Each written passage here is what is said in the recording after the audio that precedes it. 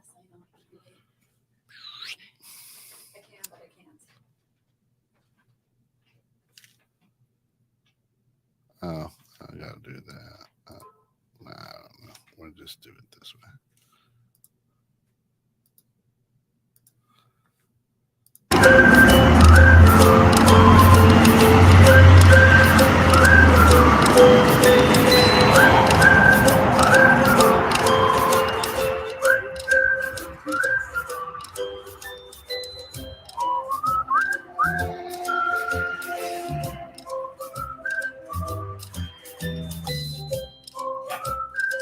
Welcome to In the Know with Steph and Joe. In the Know with Steph and Joe is all about small business development. These two entrepreneurs bring real life experience, laughter, and, well, just a ton of knowledge on how to build your small business and make it thrive. This is your creation after all. Now, learn how to make it sing. Of course, In the Know with Steph and Joe brought to you through the financial support of Epic Media Inc.com. When you are truly authentic, there can be no competitors. With continued growth of technology these days, it's essential that you have an effective internet marketing strategy in place for your business. Whether you need a custom website designed or help integrating your social media accounts to your business marketing program, Epic Media is the company you want to rely on for your business. Check them out at www.epicmediainc.com. And today, dealing with the owner versus the employee sounds like fun. So I guess, hey everybody, since I missed last week. So did you have a question mark by my name last week or no? Yes, I did. Oh, but I have to say though that Joe is a ride or die. I would like to get that recorded on camera because we were sitting at my mom's house and my mom obviously was listening. And we were all listening while we were sitting there. And my mom typed in, "Where's Steph?" And Joe knew that I was supposed to be at my mom's house. Right. And then he's like, "Oh, she's out west dealing with a family issue." Yeah. Like totally didn't rat me out. Didn't say, "Oh, she's supposed to be with you." Right. Nothing. Like he is Covered for you. the guy. Without skipping a beat, he did it. Yeah, for real. Yep. He's the kind of like hide a body friend. Oh yeah. And then he knows how to clean it up too. That's right. That's right. So, but anyways, so today we have Sally Santos with Santos Health Markets on. Because I feel like her and I have both been on that side of the fence where we've been the employee as the buffer to the owner, and now we're owners, and our clients have been primarily used to dealing with an owner, either you or Tim or myself, for my business. And then with having employees now and like the difference of the interaction that they get from an employee versus the owner. And I feel like I struggle with it a lot. Like in my mind, sometimes I feel like it would have been better to hire from day one and never allow them to have access to me versus like I know, because having all this it is access. your baby and you become embedded in your process and the way that you do it. And I think both of us have kind of a unique industry where in every industry and every business, it's important to get it right, and to follow the process to execute and deliver for the client. But when it's your own business and when you're doing bookkeeping and you're managing somebody's books, or you're working with them on health insurance, let's face it, people are a little they're not always excited to shop for health insurance. It's important to handle it with white gloves, if you will. And it's hard once you've been doing it and owning it and you manage it and you're the front end and the back end and you wear all the hats, to give the hat to someone else. Right. Yeah. So I figure we could kind of talk a bit about how it was like being the employee and being the buffer, and then kind of transitioning into the owner role. But then I feel like you and I both didn't create that buffer yet. Not yet. And so I want to know how like you feel, like how high your stress level is with that anticipation. Because I know that when I worked in my previous life, the clients would want to talk to the owner because then it was a guaranteed discount. It was a guaranteed something for free. It was a guaranteed something. Like they were getting something. So they would want to bypass me and talk to the owner because they were so used for the first 3 years of that business talking directly to owners. And then when I came in as the buffer, I had to be bad cop. Yeah. Yep. So, we have we have a similar thing going on, except for he's the knowledge, right? So he's the one that they want to talk to ultimately. So it is an interesting dynamic because I kind of experienced both coming into my own business, but I also have experience from the corporate setting too, and how it's all done in that world. And it's slightly similar, because it's not like in a corporate setting you're hired on and then you just have direct client contact. There is a transitional period in which you're learning your job and also learning the client, right? But it was interesting because my first day on the job in my business with my husband, it was right in the middle of open enrollment, which is like the busiest time of our year. And, he has an established client base while he's like taking in new clients. So interestingly enough, while he had no issue with me talking to new clients immediately and generating a script based on very little information he fed to me, up front to get it accurate, it was our current client base that we are actually still transitioning after like 2.5 years of working together. Oh, really? Mm-hmm. So rather than it being like the white gloves with new clients, it was more like go hit the ground running with the new clients. I trust your expertise and your experience and your ability to talk to them. Here's a script, write it out so it's your words, and let's like get that right. But I'm not gonna stress too much about exactly what it says, because ultimately he's sitting down with them and he's the one that provides them with the knowledge. So it's like, get them in the door, and whatever I have to do to clean up any mess that you cause, it's fine. Which, I mean, there were no messes caused, but it was just interesting because we're still transitioning current clients. Now, all of our clients obviously come through our phone, our business line, but there are still a handful that will contact his cell personally, regardless of how many times we've told them, like, I'm here. It's just, like you're saying, it's that connection. They want to go direct to the person with the answer, right? Even though over the last 2 years, I've definitely have learned a lot and have a lot of the answers. It's just like, what's comfortable, right? How do you operate? Yeah. Because like I've noticed that I'm trying to push my clients into talking to my team more than talking to me. Mm-hmm. So because I'm not in the office as much as I used to be, because I'm out, acquiring new business and and other things and whatever I'm doing. But so we created like a support email that we all three have access to. So this way, if you email me and you're trying to get a hold of me, but I'm not available, then my team will see it. And then in theory, one of them should be able to respond, hopefully before I get back and stuff. But like some of the clients are just so used to emailing me directly that they don't use the support. And then some like one it could get missed or delayed or whatever. Because I had a family situation last week and I had to go out of town. So if it wasn't like a 5-alarm fire, I wasn't really tending to it on my phone because I had something else, that I had to deal with. And so I thought they were using the support email because the support emails also get forwarded to my cell phone. So usually I'll get like double ding. So now I have like 6,000 emails in my inbox. Like I don't even understand how it's possible. But but they were like that they just were wanting an answer. And I'm like, well, why aren't you using the support email?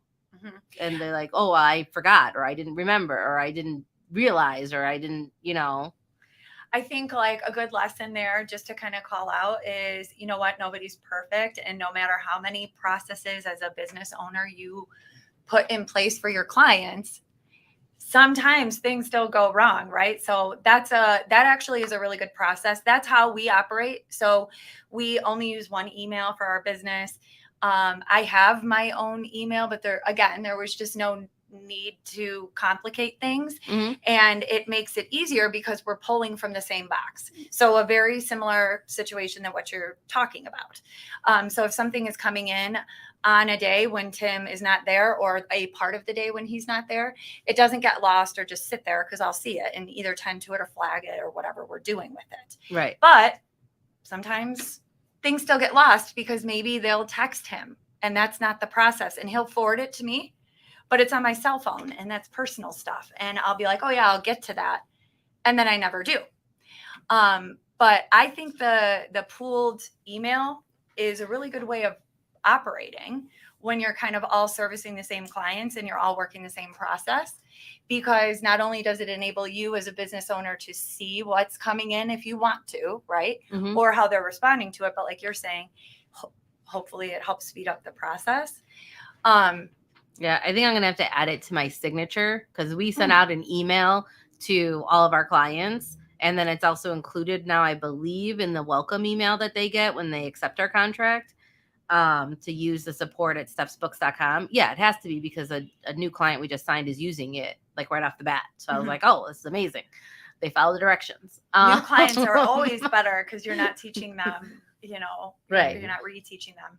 But so it's in there, but I think I'm going to put it in my signature to remind the veteran clients, or whatever you want to say, that this is like the best way and the best tool, because a lot of the questions are just like one-off questions, like things like, oh, well, can you please confirm this deposit was received in our bank account? Mm-hmm. Like something like that. Like my staff could totally look that up in a Right. matter of seconds and respond to you because they're sitting there, versus me driving from Chicago back to the office to answer that question. Right. Yeah. Or it just sits there and then it gets bottlenecked or it gets lost, and inevitably then your client is dissatisfied and you could have answered a simple question very easily. Mm-hmm. Quick question for you, if I may. So I know that you have, obviously your business has grown quite a bit, and you have 2 people or 3 now? 2. Okay. And I know that obviously is like a tricky situation, because you were managing all these clients and you're managing, books. So it's very important. Mm-hmm. But I feel like there was a bit of a difference with these 2 individuals that you're working with now versus who you had before, as far as their responsibility and direct involvement with your clients. What did you do differently in bringing these 2 individuals on? Because these 2 are different from the original 2 that were with you last summer, right? Or is one of them still from last summer? Melanie's been with us since the first hire. Okay. So she was one of our first hires. So she's been with us. Then we've had 2 in between. And then now we have Valerie, who's coming up on her 2-month anniversary with us. Okay. Because it is a change that they are, taking ownership over that direct client contact. Initially, you were set up a little bit different when you first hired, which obviously makes sense because you're first bringing someone in. So is it just more comfortability in having other people handle things? Is it the growth of your business that you literally just can't? So you're like, you have to delegate? Or did you do something different in bringing them on, or kind of? I finally listened to Kent. Really? Oh, okay. What was it? Kent kept telling me, like, on I don't even know how many shows, not just my show, but also other shows that I was on, when they used to do the daily dose of encouragement in the morning. What was that, like 2.5 years ago? Yeah. That he was just like telling me eventually, you can't. And then if you keep giving it to them like in a piecemeal way, they're never going to fully visualize the full process from start to finish. And then they're never going to be able, like, how are you going to hold them accountable when you still are 50% and that 50% could be the bottleneck problem? Because you're so busy, you're running around, you're doing this, you're doing that. So in order for them to be successful, which then would also create and maintain a good client experience, I had to give it to them. Like even the other day when Melanie and I were talking, because I started giving her more responsibility above what she's been doing. So she's been more involved in the cleanup projects that we've had. And so normally she would take it to a certain point and then send it off to me. And then I would polish it off and then send it to the client. So this one, she is actually doing the work and the polishing. Mm-hmm. And so I showed her a couple of things that I do when she gives it back to me, what I do. So she did that part this time. And she's like, this makes way more sense because now I understand what you're talking about when you were giving me feedback. And it makes more sense now when I see the finished deliverable of the product. Right. I was going to say that So- I think it does. It builds a stronger employee because they're obviously more capable. They're seeing the full process and things of that nature. So it's interesting, like how I approach our business is very, and I think I've said this before in being a guest on other people's shows, it's very corporate. So because that is how I was raised for a very long period of time. So I'm not somebody who worked in the corporate world for 5 years or whatever, or worked for a small business. I've always worked for a big company. So I bring that aspect to our business, which is good, but also can be challenging. Because to me, when we talked about bringing on a new employee, I'm like, ultra ready to go until they find holes, right? They're going to find holes in the process that you hand off to them. Because while I think I have everything documented, of course, people have their own spin on things and they're going to find better ways to do things and improve your process, or they're going to find holes, by hiccups happening or whatever. But I have the confidence that if we find the right person that's built to do the cold calling, that is somebody that likes that challenge and does it with the smile on their face, like is a very kill 'em with kindness type of person, and can take a really good stiff, like hit to the gut and just keep going. The ability to do the job, I'm not concerned about because I've got a script. I've got a tight process that they would follow. So as long as it's the right person, where Tim is a little bit more hesitant because in his corporate career, even when he was in corporate, he was responsible for running restaurants or multiple restaurants. So it's a little bit of a different role. Right. And then was quickly into running his own business, has been doing it much longer than I have. And while we obviously run the business together, he's the boss. You know what I mean? He's got the knowledge. I can't at this stage in where we're at function without him. Right. So he has more reasons to be concerned, I guess, because he knows more about running the business. Where I'm like, okay, we can bring somebody in to do my job because if it's the right person, we've got the process in place to hand it off to them.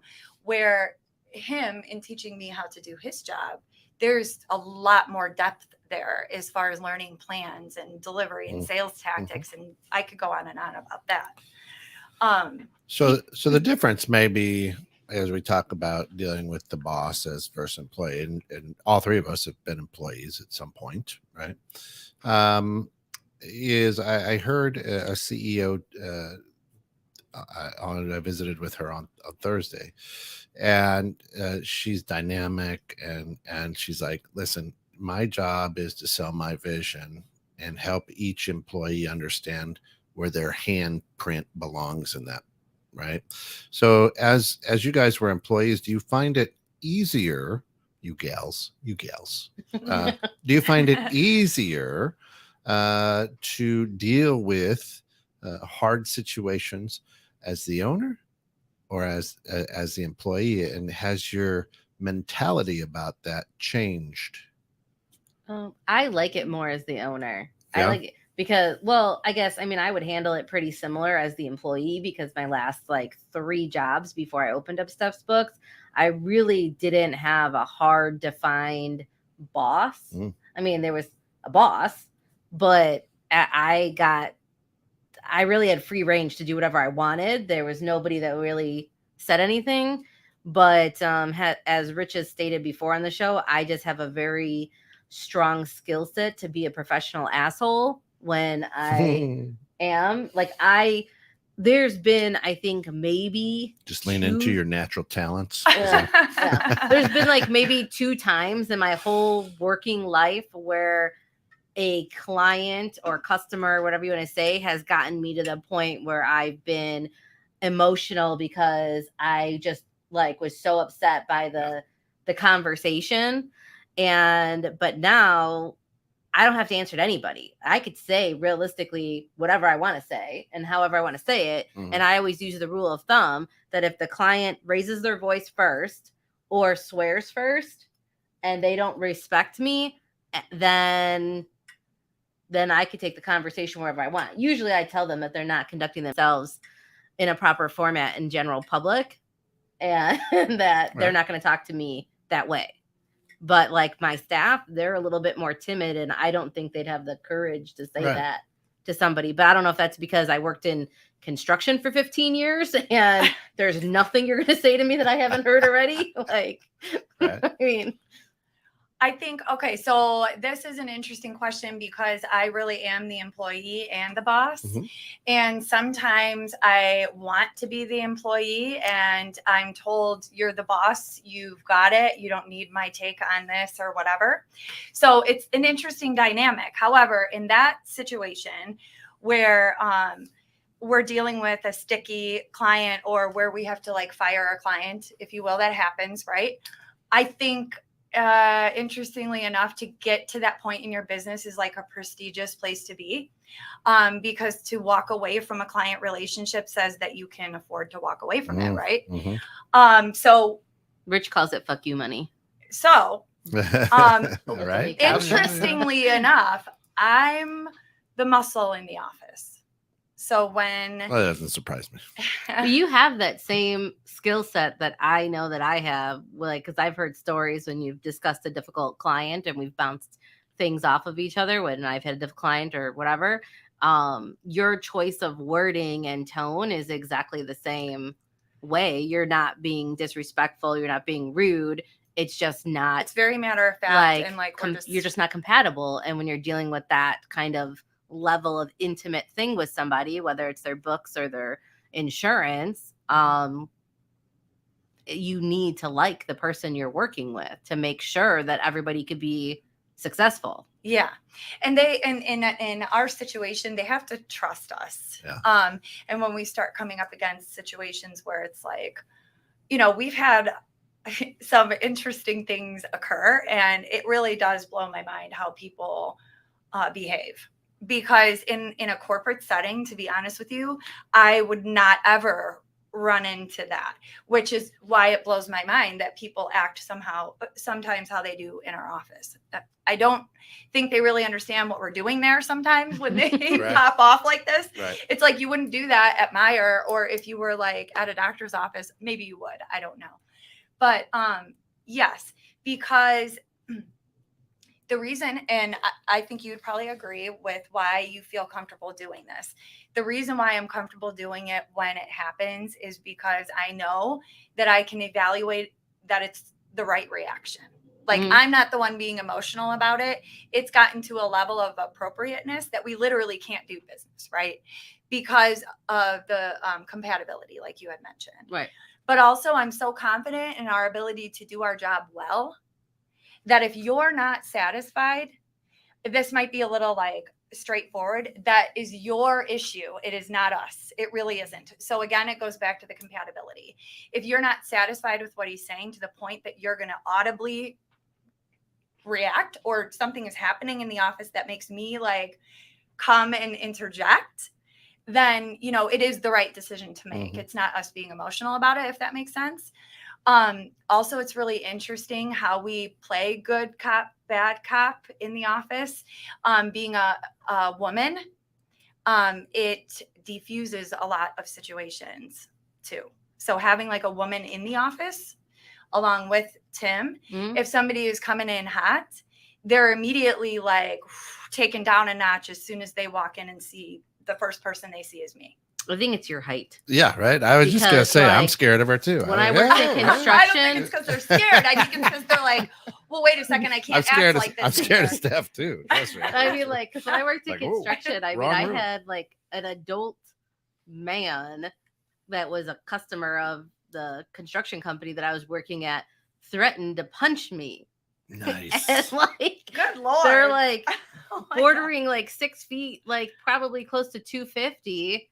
And, you know, I think awesome. More realistically, I think it's because people aren't expecting the honesty. If they seem taken back or intimidated, it's not because they are. It's just they're not expecting me to say it. Right. They're not expecting me to be like, I'm sorry, you're going to need to leave now. you can't swear at us in our office, and we're done here. Mhm. They're like, what? Yeah. Are you actually telling me this? And they like kind of don't know how to react to that. I actually had a customer say, you can't talk to me like that. I'm your customer. And I said, well, actually, you're not our customer yet. So, I mean, you need to leave now. Right. So it's time for you to leave. And his wife was so upset because they did really need our help. And I think, his issue actually had nothing to do with us. But at the end of the day, I mean, it just was not going to work out. Like, Right. even if we got past that moment, Yeah. sometimes it's just not. Well, I just feel like too, like because like with us, it's kind of at my business, it's reverse. The potential client talks to me first. They do the sales call with me, and then they sign the contract, and then they onboard usually with me and one of my team. So this way, then, there's another set of ears on their account. With you guys, you have your employee or like frontline person, then they get to Tim or, down the road, you as well. So we do it in reverse. And I've told people before, like, I can't take you on as a client because if you're this abrasive and abusive in your choice of wording with me, I can't consciously give you to my staff and put them through that. Mm-hmm. Like, they don't get paid enough for that. Mm-hmm. Like, yeah. Well, here's the other thing too, is how trained has the public and consumers been, right? So I notice that if an employee says, hey, this water is cold, they don't believe it until they hear it from the owner. Hey, this water is well, if it's cold, that's fine. You know what I'm saying? So sometimes it's very defeating as an employee to go, I just told them the water was cold. That happens to me a lot. Yeah. Yes. So because he's the one, right? Mm-hmm. I will, but the great thing about Tim is, and how we're built is like, I built the process. Mm-hmm. So even the process he follows, I built it. So he knows that if they're like, well, she didn't tell me that, he knows that's not true. And he's like, well, she absolutely did tell you because she even tells me, so there are some situations that come up, and there's lots of questions that happen when they're talking to me. And, I'll explain things, and I'll hear the consultation with the client, and there will be some of, well, I wasn't told that. And he is great at what he does. Yeah. So, he knows that there are, like, he knows what I do tell the clients, even if he's not listening to every single call. So it's interesting because there are some individuals who are like, yep, understand that your role is to do this. And then I'm going to come in and have the whole on conversation with Tim when I come in, and they're totally comfortable with it. And some people want all the information up front and want it when they come in. And so it's a little harder because it's just not like, it's not how we work. Yeah. Right. Oh, if anybody out there listening on Facebook has a story or would like to click the link and join the conversation about the differences as a business owner or an employee, please feel free to join in and share your stories in comparative situations. And Dream Home experts say, hey, happy Friday. And of course, tonight at 8 p.m., the Dream Home experts going live from their brand new studio. The Quiet Cool Studios down in Addison, Illinois. It's going to be cool. Oh. 8 o'clock. So it's different than the one that was in Warrenville? Yes, it is. Oh, fancy. It is fancy. There's the link. We shared it out there. You can just copy that, paste it right into your URL. You'll jump into the green room, and we can bring you in. It's not a problem. But that's, I imagine you saw it a lot in the service industry, right? When you were doing pools and things like that, and the front lines out there. You guys are idiots. Oh, and then you're like, no. They did it. So how do you break through that as a boss now? Again, when you're bringing in clients to go, don't waste my time with this trivial bullshit. You can talk to my team. You know what I mean? Yeah. You don't say it that way, but I'm throwing it out there. Hey, yeah, Mom, how are you? Joe is in Colorado doing some training. I know she was Mhm. going to ask, but Steph did make it back from the Wait, West that's not Coast. Joe. Is he wearing a wig? Yeah, right. Well, we wouldn't put it past him. It's I don't know. Well, because like actually Rich and I were talking about this last night. We were talking about the show topic and things to talk about, when you came on. And Rich is like that he feels that some of our clients, he's like, well, what are the things that you get bogged down with the most with the questions and whatever? Like what happens? And I'm like, it's non-bookkeeping questions. It's questions that are like, in my mind, it's common knowledge, but Rich is like that he wouldn't have known that if I wouldn't have just told him just now. Mhm. And I'm like, what do you mean? Like, how do you not know that? Like, that's like they need to teach that in high school, I think. But it's just like, so like I had a client call me and say, oh, we had an old address on an invoice and our client mailed a check to the old address, but we can't get to it. So now what do we do? We have to stop the check. Right. But like, that's not a bookkeeping question. Right. That's just like a life that's process. I feel like as- that's adulting. like if you're a business owner and or an adult, like you should know, like Right. tell your client to stop payment on the check. Here's the correct address. And then as like a thing, you could be like, hey, if your bank charges you a $25 stop payment, I'll, cover that because that was my bad that I didn't update the invoice. Mm-hmm. But I'm just kind of like, I don't understand what you're asking me. Yeah. Right. Like, so I told him it's like mostly Education. right. I'm like, it's like mostly like non-bookkeeping questions. And Rich is like, you just have a weird Rolodex of knowledge from working in so many different industries. Mhm. And I just There's kind a of lot. have a good memory. There is a lot of truth to that. Yeah. Well, or do you do what attorneys do? It's fine. Bill by the minute. You can call, but I listen, wish. I bill by the minute. So Well, like I told Listen, sometimes I'm on the phone for like 45 minutes with Yeah. Right. a person, just getting them to understand, like, it's okay. We're not going to trap you once you get here Right. and make you buy insurance. Like, that is not going to happen at all. I promise you.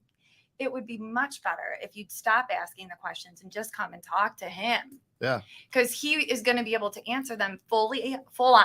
Yeah, but one more thing. No. Yeah. Yeah, you What guys I should can just give play you is Welcome to like the the Jungle. generic. The Right. generic, this is the widespread. Yeah, because you're not licensed, so you can't. I am licensed, Oh, you are so I now. can answer, Okay. but I'm not running the quote with them. I'm not Right. looking at your specific family, so I have no idea, Mhm. that's what you guys should do. When someone walks in, just play Welcome to the Jungle and lock the door and see what happens. Start going crazy. Just see how people react. But Well, the interesting thing about like the questions that are misdirected with our clients is I wonder, so that happens from a place of trust, I think. So like on one hand, it's a good thing that your clients are like, you know what? I don't know what's going on with this. It has to do with my business and money. And because it's business, money, books, I'm calling stuff. Without even thinking through the fact that like that's a no-brainer. Stop the check, rewrite the check to the right person. I feel like that's like, right, on it's common one knowledge, hand, right? it is common knowledge, but on one hand, it's like they're calling you because they have that level of trust with you. Like you've established that level of trust. But how then do you like pass that trust to your employees? Or, get your clients to trust themselves and that they know that they can function in their business and write a check or like Right. without having to consult their bookkeeper every step of the way.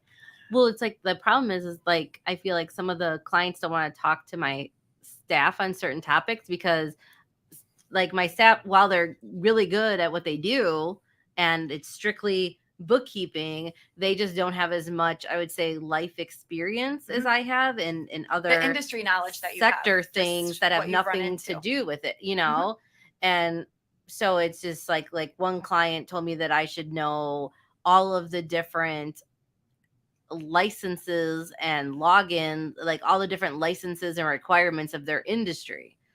And I feel like, no, I shouldn't. Like, I don't own that type of business. I own a Right. bookkeeping business. I know what my responsibility is as a business owner. Mhm. You still have to take some accountability and responsibility. But so That like, is tricky. right. So I feel like some of the stuff, like my staff has a hard time because they don't have this weird Rolodex of non-bookkeeping information that people are calling wanting to know. And then Rich is like, well, you know how you get that to stop? And I'm like, how? And he's like, start charging. He's like, find out what the going rate is. And I'm like, well, business consultants charge $250 an hour. And he's like, okay. He's like, so then that's what you charge when somebody calls you to ask you non-bookkeeping questions, and it will stop. He's like, I had to do the same thing where he works, where people would call. And since he has been in the industry for so long, he just knows the answer, like on how to troubleshoot this, test this, twist this knob, do, you know what I mean? Yeah. Like he knows all of these little tricks. And then people were relying on him to do that. And then it sucked all his time up on the phone. And then he didn't get any work done. And then it cost the company money because they could have just sent a technician out or somebody to build then for it. I mean, in that situation, if it's happening enough to the point where it's like, it's taking time away from the value that you add to your other clients and gaining other business, it would be absolutely appropriate to charge, because it's outside of the realm of what you do on a normal service. And there's certainly plenty of things that you could model it after to do it legit. Right.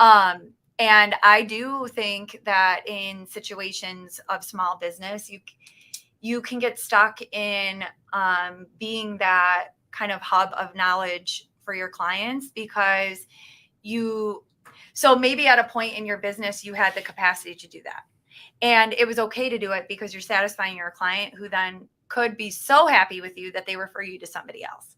Right. But then there does come a point where you grow, and then you have to say, these are the services that I provide, and I'm no longer answering every single question on how to run your business anymore. But right. Like I feel like it's like training, I guess, it's hard to eliminate that from your old clients, who then are inevitably telling new clients that you're acquiring that they may be referring to you. Right. So it's kind of like the snowball effect of. Right. Because it just creates like this weird thing. Because I was like thinking about it the other day when Eli and I went to Walmart, and you have the entry level person that's like at the cash register or doing the stock or whatever. Then you have, then you got like the shift manager, then you got the store manager, then you got the district manager, then you got some other something, and then maybe eventually you'll get to like Sam Walton's family or whatever. You know what I mean? Like there's such a barrier before you get to ownership, and nobody thinks about it or questions it. So it just made me wonder if it would have been better or smarter to hire an employee the first day I opened my door. And then that's the level of interaction and expectation that my clients were receiving, versus somebody that has 19 years of experience in an industry, versus somebody that's breaking into the industry. Like, I don't know what would have been better or smarter, because you look at retail and you go through so many levels before you even get to somebody. Right. Well, and I also think I don't know, as a business owner, there's a way different level of ownership, pun intended. You have way bigger stake in the game as far as what did client interaction. A listener says we'd never charge for questions. I even told a newly pregnant first-time mother to call Sally if she just wants to talk about being a mom. Yeah, yesterday we took a call from a friend of ours referred her to us, and she had a question about how does she obtain a free breast pump. She's a new mom, and she's a single mom, and it's expensive. And right. We know that, we're moms, and I'm not a single mom, and we know how it's tough. And I have no idea, but guess what? I was a mom, and I know what I did after I had my babies, so I can kind of guide her and say, start with your doctor, call, here's the number that you can call for the state, for our county, to see, can you get help? Do you qualify for help? We don't specialize in that. So this is where I was going to go. It's so funny because he can read my mind sometimes. It's really creepy. That is creepy. Because what I was going to say is, I agree with you, but we operate a little bit differently. So like he's saying,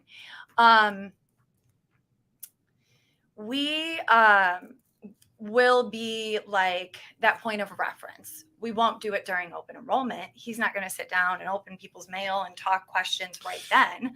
We'll schedule it at a time where it's convenient to do so. But we operate a little bit differently, maybe because the landscape of our business. So the referrals. Yeah, I mean, it's a little different, right? Because you're a B2B or you're a B2C. Yeah. Yep. Right? And like the education, it goes a long way. So for him to sit down for 30 minutes and talk to somebody to help to answer a question, or for me, I even take like questions over the phone about just like referring people to other businesses even. Do you know somebody that could do this for me? Because people trust us. That's where I was going, like with the level of trust. Another thing that I am always I always keep in the back of my mind, and that I don't know that I would ever get too big or that we would ever be in a spot where we've grown so much, is like, I care a lot what people think. That's the easiest way to say it. It's hard to be a person like that. So as much as I might put off the, like, I'm going to tell it to you like it is, and I will, or the, I don't give an AF attitude. I care a lot, and I worry about like every interaction and how it's going to impact our community presence, how it's going to impact, is that client going to go tell, somebody else that potentially could be referred to us, because there's so much competition in our industry too. So Tim will hear it a lot from me. Well, if we push that client to Blue Cross and Blue Cross answers that question, what if we lose that client? Because if our clients go direct to Blue Cross and Blue Cross says, well, wait a second, let me put you on this plan, then we're not their agent of record anymore, and we've just lost our client just because our client had a question. Or like if there's something going on, like for example, we had a product that just increased their price, the dental product. And literally we climbed up a tier in our company as far as like sales perspective from this dental product. It's a great product. It's obviously easy to add on when you're buying health insurance. And Tim like single-handedly changed the way that SureBridge is going to operate as far as this increase that they decided to initiate across their corporation, because he's like, this is going to have such an impact on our clients. The only thing that's keeping us one up on the competition on this dental product in the individual space is the cost of it. And you guys, I mean, it's going to be detrimental to your business. So we will overextend ourselves at times, or maybe step into a realm to help somebody that goes outside of, what we do as like a model. This is our job. This is what we do. And this is a service we provide on purpose sometimes, in order to gain that relationship that could potentially lead to other sales and other clients, even if that person's never going to be our client. Yeah. But I think it's because our industry is different. Yeah. I mean, I've never charged anybody for answering questions yet. I'm not saying that I wouldn't down the road. It's just that like sometimes it's just too much. It is, with the questions and the emails, and then the expected response time when you're asking me stuff that's out of scope. It gets overwhelming. And you know how much you make per hour, right? Based on an interaction with a client that's going to become a client, that you're going to service their books, and that relationship is going to go on. So there's absolutely times where, clients will call, schedule an appointment, they don't come. And I say to them, I'm sending out an invoice. I am invoicing that person, $250, because that's what that hour is worth. Yeah. Well, or more, and I wish we actually could do that. Right. But unfortunately we can't. In my previous life, a client at the time was gonna threatening litigation or whatever their lawyer called, and I asked their lawyer how much he bills per hour, and so he told me, and I was like, oh, okay, cool. And so I told him I'm going to send him a bill for as much time as he keeps me on the phone at the same hourly rate. Yeah. And he's like, what? And I'm like, yeah. I'm like, if you want to talk to me and suck up my time over something this stupid, over a broken pump basket, yeah, like let's have at it. But you're not going to suck up my time and you get paid $350 an hour and I get nothing out of this deal. Yeah. Like, but yeah. Hey, I just wanted to let everybody know that we're past the bottom of the hour, but we've got to give a shout out to our good friend Jess over at Epic Media Inc. Whether you need a custom website design or help integrating your social media accounts to your business marketing program, Epic Media is the company you want to rely on for your business. Check them out at www.epicmediainc.com. Of course, we also want to just give a quick shout out to our good friends at Steph's Bookkeeping Service, www.stephsbooks.com, 847-942-3004. And let's not forget Restoration One. Whether you have water, fire, mold, or you just need a little restoration, give them a call, 847-264-4664. I like your mom's comment. Oh, my because mom. your mom is right. And Yes. I was going to also bring up something too. What? Oh, monkey business? No. Oh, not that one. All right, that's what Oh, Joe's. not that one. I that's meant what Joe's you're, taking you're care of. truly a business. very nice and giving person. You are. But the thing that is great about you is that there's a limit to that, right? Like you're not just going to be taken advantage of. You're not going to go off A the pet reservation. tiger. A pet tiger is nice till it bites your face off. Exactly. What, until the tiger goes tiger? So, but there could be pitfalls to every business operating and just being like a catch-all, right? Because you could miss deliverables for your clients. You could screw something up. You could step into an area that's not your area of expertise. So there's limits to that, or there should be limits to that. There's absolutely limits to that in our business too. We'd never answer any financial question. We're not financial advisors, and things of that nature. So it's a slippery slope, however you decide to handle it, as far as answering questions outside or being like a catch-all or whatever. You have to have a process in place. We do, we're not going to just we don't sit there just for our health, taking every question in the door that we can. But every interaction is meaningful in business too. So I think as a business owner, to grow, you have to kind of balance that relationship building factor and how it grows your referrals. Yeah. Well, why don't you also tell everybody how to get a hold of you guys over at Health Markets? Oh, yeah. So you can meet us on Green Street if you're local. We're right here in McHenry. Otherwise, call us 815-271-5438, and you'll get me on the phone 99.99% of the time. And that is how you find us. Good stuff. So, Kent, in all the businesses that you've been involved in over your lifetime, Yes. Okay. Has any of them ever started off with like an employee right off the bat versus like you and then hiring an employee? Even when you had the coffee shop? Yeah, with the coffee shop, we brought in a guy really quick. Yeah. Yeah. He now is part of the Dream Home Ninjas or Dream Home Experts. Sorry, Ninjas. I threw that out there.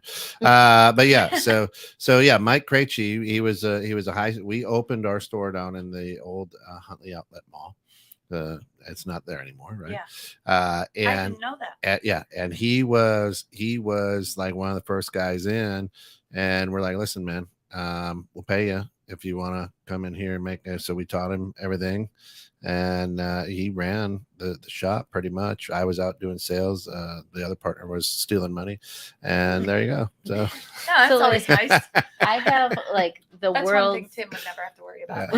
Right. I have like the world's biggest fear of like letting the inmates run the asylum. Yeah.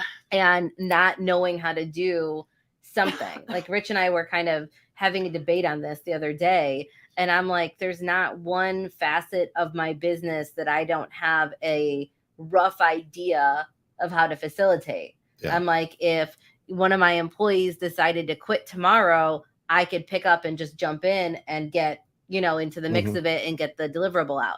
I told Rich, I'm like, if you got too busy at work and you decided to pull out of Steph's books and you wanted to just do what you do. Yeah, I know what I said. Joe would have ate that one up, everybody. She put it right there. I'm not going to go there. So I really still don't know how far I could push it on the show. So I just keep it really PC and then I stay safe.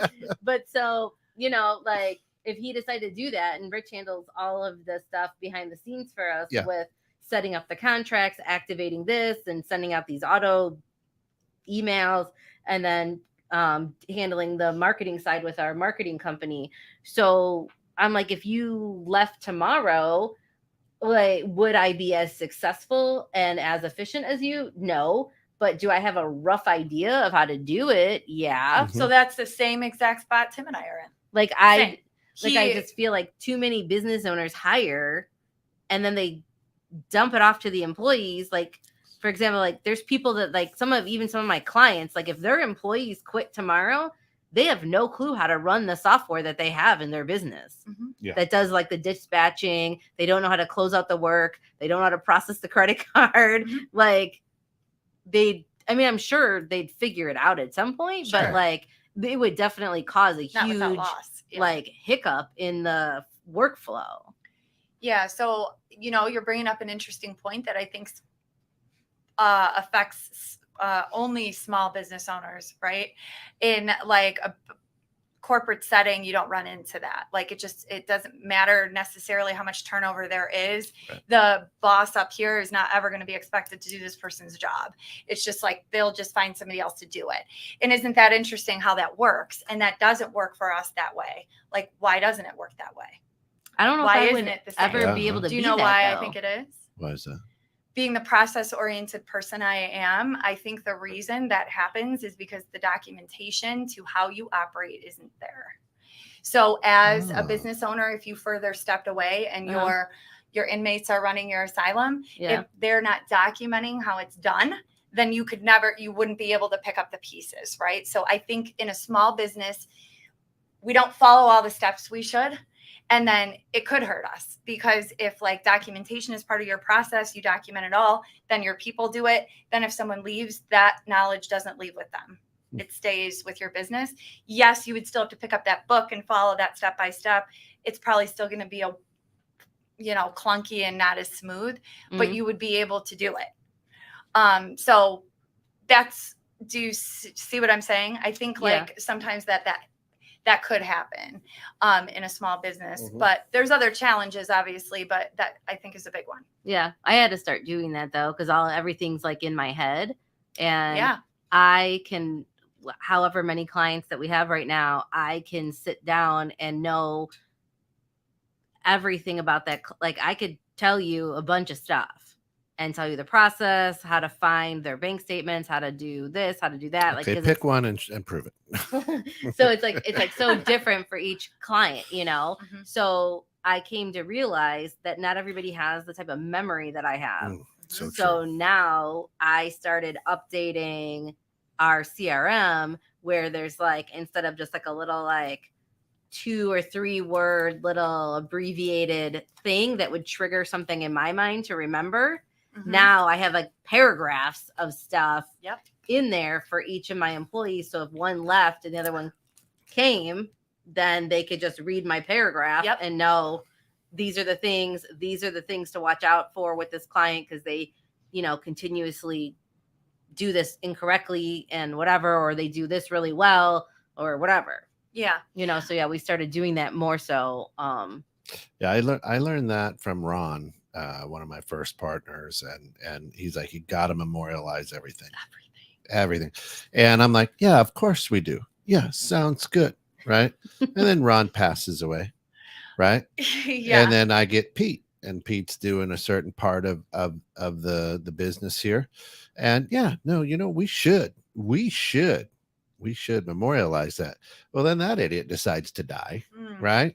And I say that idiot because he did die. And I love him. But I had freaking scramble. You knew. I'm like, I don't know and it took us literally a couple of months to try to figure out where he was getting the numbers, what he was doing.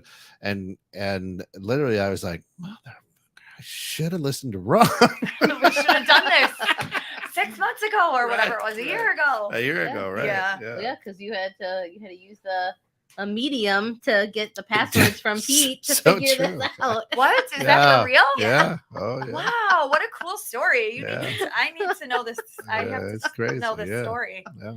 Yeah, it was definitely an adventure. It was After Pete passed, it was an yeah, adventure it was here. something. Wow, It's crazy. I'm into stuff like that, so I need to hear Oh, then this you story. need to come on to Anything Goes with Bremer and Jones because we're going paranormal. Are Yeah. you really? Oh yeah. On Tuesday?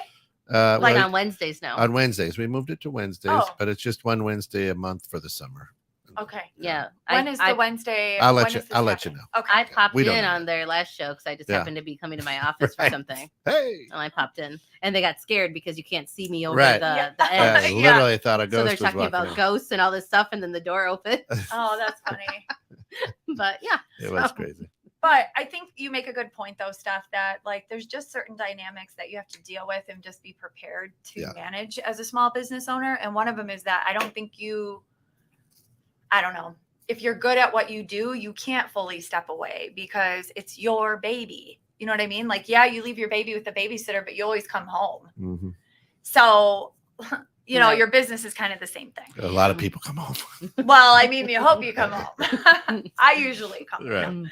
But you know what I mean? So like I think it's it's tougher because you wouldn't be able to say, here you go to your employees Yeah. and fully step out, you know? Right. But I mean, on the flip side of it, I have seen businesses where the owner just was kind of, I don't know what, like, I guess a pushover. I don't really know the proper word to put in there, Mhm. but they were just very easy.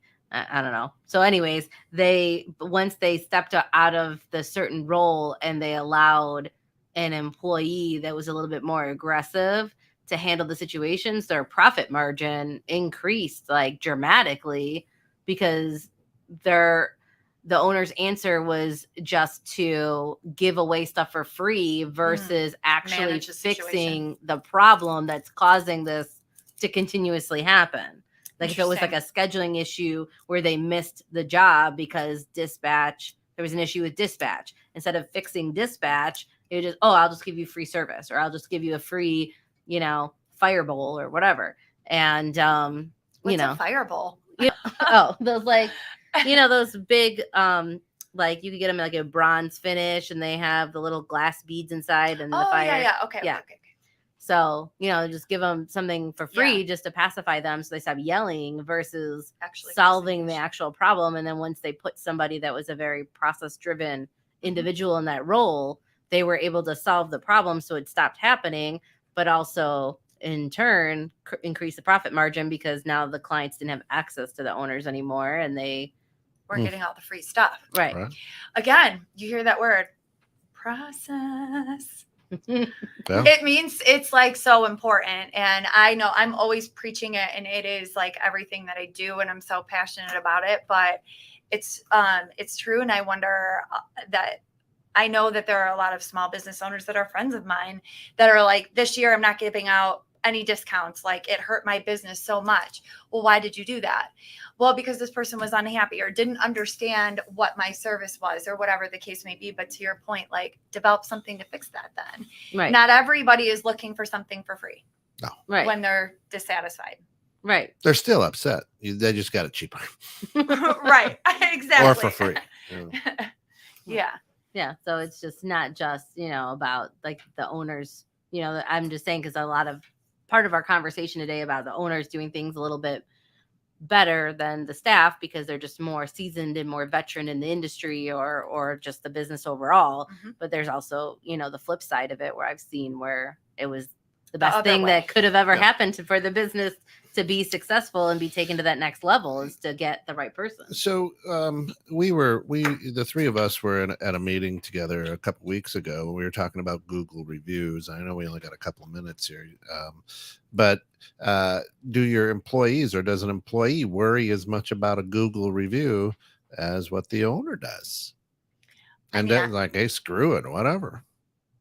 I don't know, because like when something is going wrong or awry, Melanie always looks like she's gonna throw up. Like she looks very nervous, and I've told her before, like, I'm like, are you, It's okay. So I feel like she would kind of take it personally. Uh-huh. But I think when she's off the clock and gets home, I don't think it would still be on her Right. mind for very much longer. As me, I might dwell on it until like 3 in the morning.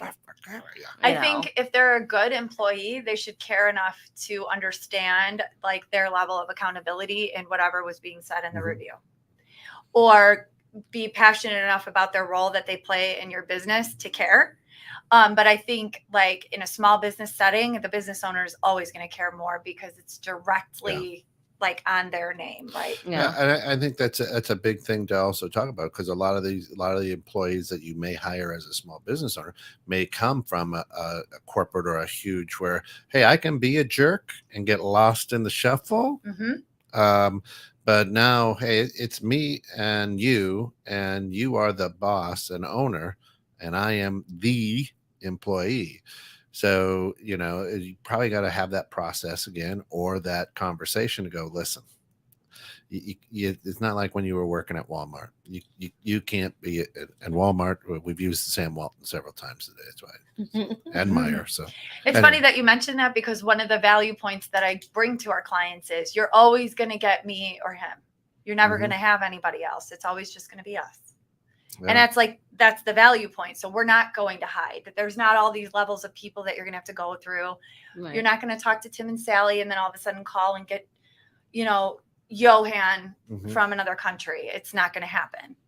And it's actually a value point that we deliver to the people we work with. Yeah, I've had a lot of people ask like if I outsource to other places for services. But next week, I think that we're going to talk about owners and putting too much of an expectation on their staff as it pertains to the accessibility and not respecting boundaries as a small business owner when it comes to their staff. That's a good topic. That is a good topic. Texting your employees at home. There you go. Hey. Hey, for all of us here, 21.6 the net, thanks for getting caught in the net with us. This has been In the Know with Steph and Joe. Anyway, tune in tonight, 8 p.m. for Dream Home Experts, live from their new Quiet Cool Studios in Addison, Illinois. It's going to be a good time. Until then, everybody, be good, but more importantly, be good to each other.